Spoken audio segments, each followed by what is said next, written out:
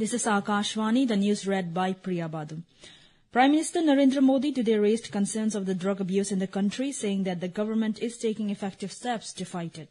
Addressing the nation in his 112th Mann Ki Baat program on Akashvani this morning, Prime Minister Modi said that the government has taken a special initiative called Manas, which is a step in the fight against drug abuse.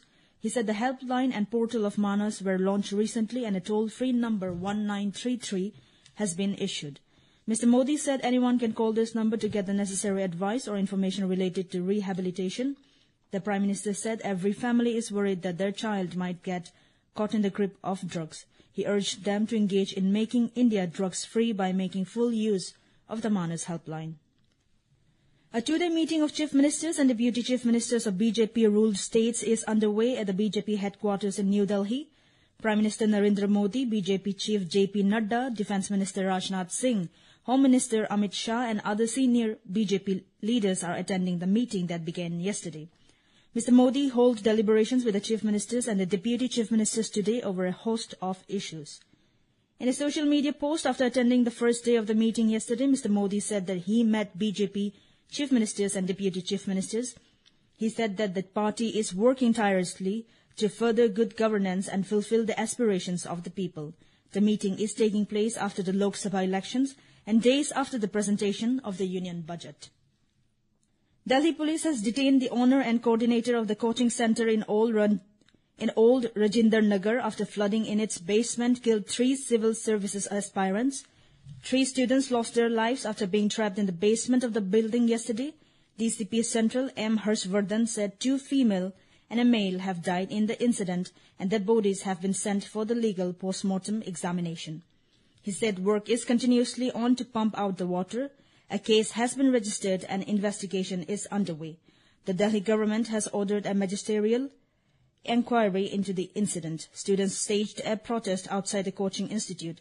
Delhi Fire Department said a call was received at around 7 p.m. yesterday about the basement of the coaching institute being flooded and some people trapped in it.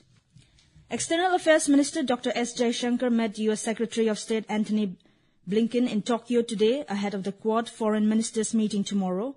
They had a wide-ranging discussion on regional and global issues. In a social media post, Dr. S. Jaishankar said India-US bilateral agenda is progressing steadily and he is looking forward to attending the Quad Foreign Ministers meeting.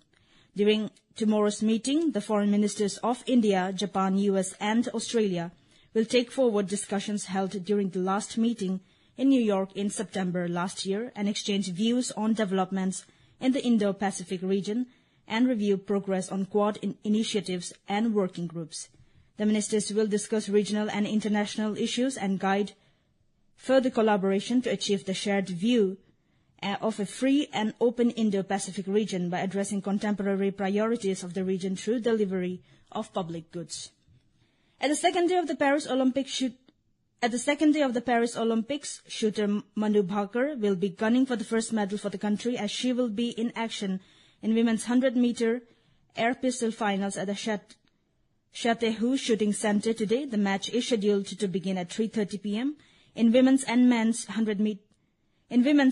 10-meter air rifle qualification, Ramita Jindal and Elavenil Valarivan, Sandeep Singh and Arjun Babuta will compete respectively this afternoon. In the Women's Asia Cup T20 cricket, defending champions India will take on host Sri Lanka in the final to be played at Dambulla in Sri Lanka this afternoon. The Indian side will aim to lift the title for the 8th time. Defending champions India will look to continue their dominance in the Women's Asia Cup to record extending 8th title as they take on host Sri Lanka in the final at Dambulla. India has shown superiority in batting and bowling in this tournament for continental supremacy. Meanwhile, Chamari Athapattu-led Sri Lanka has also maintained an unbeaten run and would like to give something for their fans to cheer. Earlier in the semi-finals, India had convincingly defeated Bangladesh by 10 wickets, while Sri Lanka had to overcome Pakistan in a spirited game. India Meteorological Department has forecast isolated extremely heavy rainfall over Gujarat today. IMD said heavy rainfall is very likely at isolated places over Madhya Pradesh, Vidarbha and Chhattisgarh today. Very heavy rainfall is also likely at isolated places over Kerala, Mahi and coastal Karnataka. That is all in this news bulletin. Namaskar.